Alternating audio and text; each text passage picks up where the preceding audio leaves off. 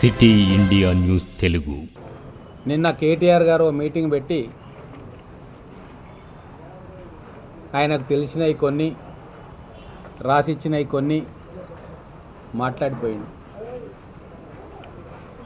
BRS ప్రజాప్రతినిధులు కూడా 10 ఏళ్ల పాటు ఎమ్మెల్యేలుగా మంత్రులు ఉన్న వాళ్ళు కూడా ఆ వేదిక మీద ఉన్నారు.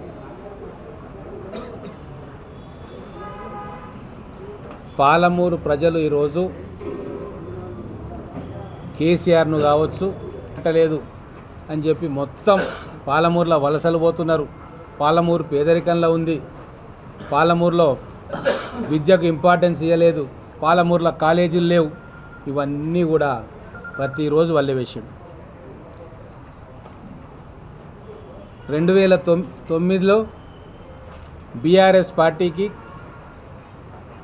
కనీసం 10% ఓట్లు కూడా ఆ రోజు లేకుండే జిల్లా వ్యాప్తంగా. అయినా సరే ఆయనను ఎంపీగా గెలిపించారు ఆయన మాయమాటలు నమ్మి. ఆ రోజు నేను జిల్లా అధ్యక్షునిగా ఆయన పక్కనే ఎన్నో మీటింగ్లలో పాల్గొన్నా. నా కాలు అడ్డం పెట్టి జూరాల దగ్గర మలుపుకుంటే మొత్తం పాలమూరు సస్యశ్యామలం అవుతుంది అని చెప్పి 100 సార్లు చెప్పిండు. మీరందరు సాక్ష్యం. జూరాల మన భూభాగంలో ఉంది, ఎవ్వడు ఏలు పెట్టలేడు.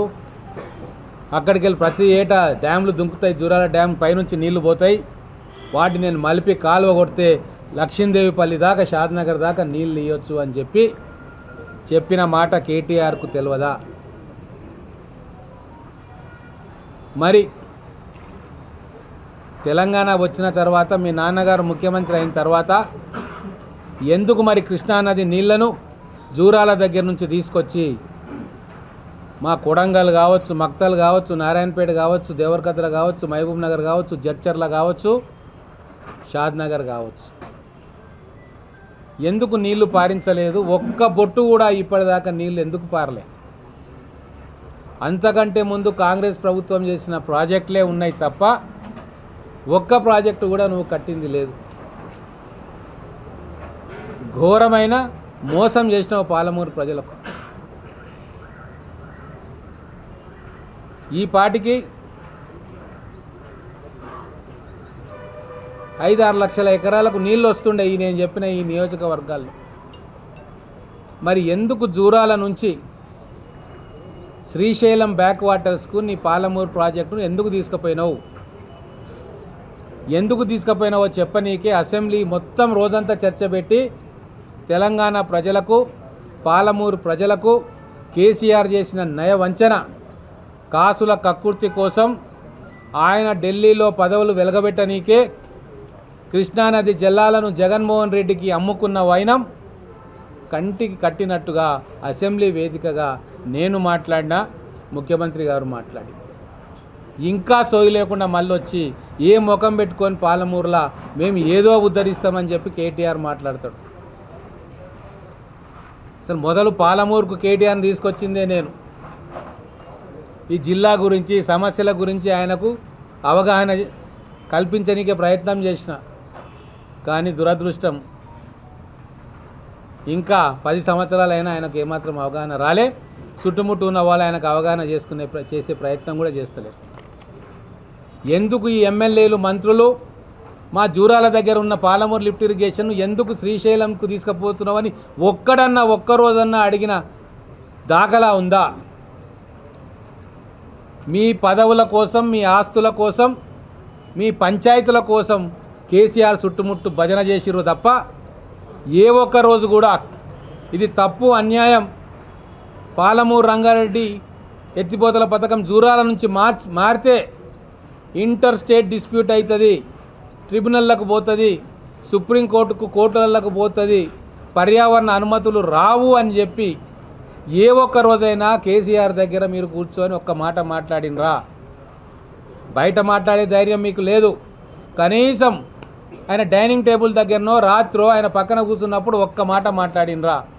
మాట్లాడలే సరికదా ఆయన చెప్పిందంతా ఎక్కించుకొని బయటికి వచ్చి జూరాల్లో నీళ్లు లేవు, శ్రీశైలంలో ఇంత పొడుగు నీళ్లు ఉంటాయి, అక్కడ ఏం అబ్జెక్షన్ ఉండదు అని చెప్పి కేసీఆర్ మాటలను మీ నోటి ద్వారా జిల్లా ప్రజలను మభ్యపెట్టే ప్రయత్నం అప్పుడు గెలిచిన మంత్రులుగా ఉన్న ప్రజాప్రతినిధులు చేయలేదా?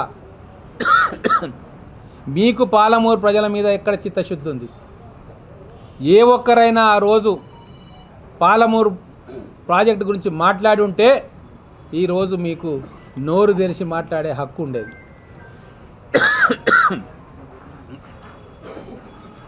ఆ రోజు ఈరోజు మేము ఒకటే మాట చెప్తా ఉన్నాం. ప్రతి వర్షాకాలం మనందరికీ తెలుసు, కేటీఆర్కు తెలియదు, జూరాల డ్యామ్ నిండుతుంది. జూరాల డ్యామ్ నిండితే ఆ పారే నీళ్లను మలుపుకుంటే మన ప్రాంతం ఎప్పుడో సస్యశ్యామలం అయ్యేది. అంత అయిపోయినాక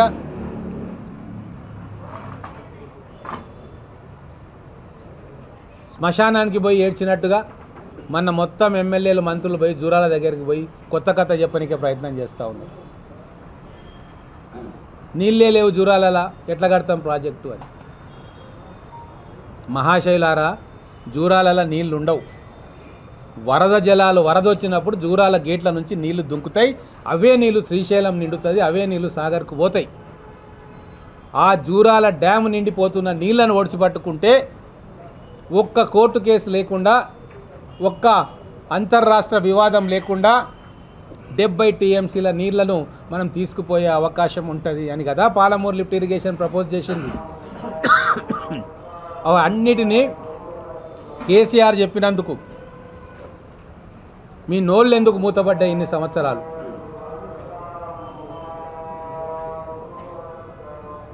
అందుకే మా ప్రభుత్వం రాగానే నెల రోజుల లోపలనే నారాయణపేట్, మక్తల్, కొడంగల్ ఎత్తిపోతల పథకాన్ని అనౌన్స్ చేసినాం, పర్మిషన్స్ ఇచ్చినాం. దాని పనులు ఇప్పుడు నడుస్తూ ఉన్నాయి. నీళ్లకు మీరు ద్రోహం చేసిండ్రు.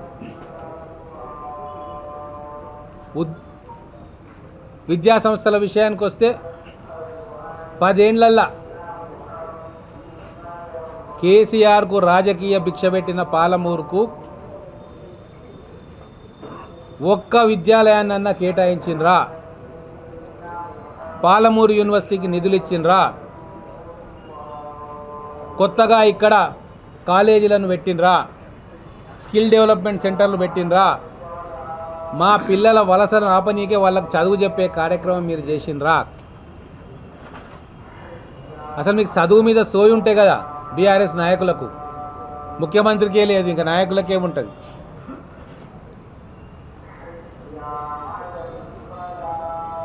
ఇప్పుడు 2 సంవత్సరాల కాలంలో ఇంజనీరింగ్ కాలేజీలు తెచ్చినాం, డిగ్రీ కాలేజీ శాంక్షన్ చేసినాం, జిల్లాల ఏటీసీ సెంటర్లు పెట్టించినాం, IIIT పెట్టినాం, లా కాలేజీలు పెట్టినాం, ఇంకా అనేక విద్యా సంస్థలను తీసుకువచ్చే ప్రయత్నం చేస్తూ ఉన్నాం.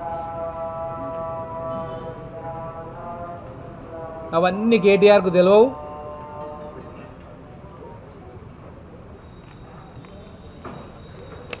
ఎంపీగా 5 ఏళ్ళు పరిపాలించాడు కేసీఆర్. ఇక్కడ కనీసం 10 సార్లు కూడా నియోజకవర్గానికి రాలే. 10 ఏళ్ళు ముఖ్యమంత్రిగా పరిపాలించిండు. నిధులన్నీ మెదక్కు, సిద్దిపేటకు పెట్టుకున్నాడు, సిరిసిల్లకు పెట్టుకున్నాడు తప్ప పాలమూరుకు పెట్టుకోలేదు. అందుకే పాలమూరు ప్రజలు తెలివిగల్లవారు. గత ఎన్నికల్లో మా పాలమూరు బిడ్డనే ముఖ్యమంత్రి చేసుకుంటాం బిడ్డ, ఈ పరాయి పాలన మెదక్, గజ్వేల్, సిద్దిపేట పాలన మాకు అవసరం లేదు, మీ మాయమాటలు, కల్లిబొల్లి మాటలు మేము ఇంకా నమ్మము అని చెప్పి కర్రు కాల్చి వాత పెడితే 14 సీట్లల్లో 12 సీట్లు గెలుచుకున్నాం. మళ్ళీ పంచాయతీ ఎలక్షన్స్లో కూడా అదే తీర్పు వచ్చింది. ఈరోజు మా మహబూబ్నగర్, ఉమ్మడి మహబూబ్నగర్ జిల్లా సంతోషంగా ఉంది. ఎన్నడూ లేని నిధులు ప్రతి నియోజకవర్గంలో పారుతూ ఉన్నాయి. మీరు ఆర్థిక సంక్షోభం సృష్టించిపోయినా, వడ్డీలు కట్టలేని పరిస్థితిలో రాష్ట్ర ఆర్థిక వ్యవస్థ ఉన్నా తంటాలు పడి పాలమూరు అభివృద్ధిని పరుగులు పెట్టిస్తున్నారు మన ముఖ్యమంత్రి రేవంత్ రెడ్డి గారు. అందుకు సాక్ష్యమే ఈ 2 సంవత్సరాల కాలంలో జిల్లాలో మొదలు పెడుతున్న ప్రాజెక్టులు, శాంక్షన్ అయిన నిధులు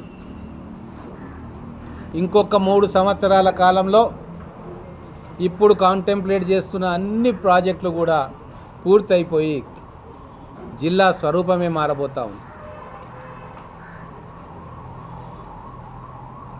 ఇక ఇక్కడ గతంలో ఉన్న ప్రజాప్రతినిధుల గురించి ఏమైనా అనాలంటే జాలేస్తుంది. నగరం నడిబొడ్డున చేపల మార్కెట్లు, చికెన్ మార్కెట్లు, మటన్ మార్కెట్లు, కూరగాయల మార్కెట్లు పెడతాడట. దాన్ని కింద మీద పడి సంవత్సరం పాటు కష్టపడితే మార్చి అక్కడ గ్రంథాలయం పెడితే గ్రంథాలయం ఎందుకు అంటున్నాడు, పిల్లల చదువు ఎందుకు అంటున్నారు. మరి రాజకీయ నాయకుడు గెలిచి ఏం చేయాలి? ఆస్తులు సంపాదించుకోవాలనా? వాళ్ళకు వీళ్ళకు పేచీలు పెట్టాలనా? రాజకీయ నాయకుని ప్రథమ కర్తవ్యం భావి తరాన్ని తయారు చేయడం. అందుకోసం మన పిల్లలకు చదువును, విద్యను, విజ్ఞానాన్ని నేర్పించడం. ఇది రాజకీయమే కాదనుకుంటే మీరు రాజకీయాల్లో ఉండడానికి అనర్హులు. విద్వత్తు గల పాలమూరు జిల్లా మహబూబ్ నగర్ ప్రజలు, విద్యను ఆస్తి కంటే మిన్నగా భావించే మహబూబ్ నగర్ తల్లిదండ్రులు ఇటువంటి వికృతమైన ఆలోచనలు ఉన్న ప్రజాప్రతినిధులను ఎట్లా భరిస్తున్నారు, ఎట్లా క్షమిస్తున్నారు, అది వాళ్ళ విజ్ఞతకే వదిలేస్తూ ఉన్నారు.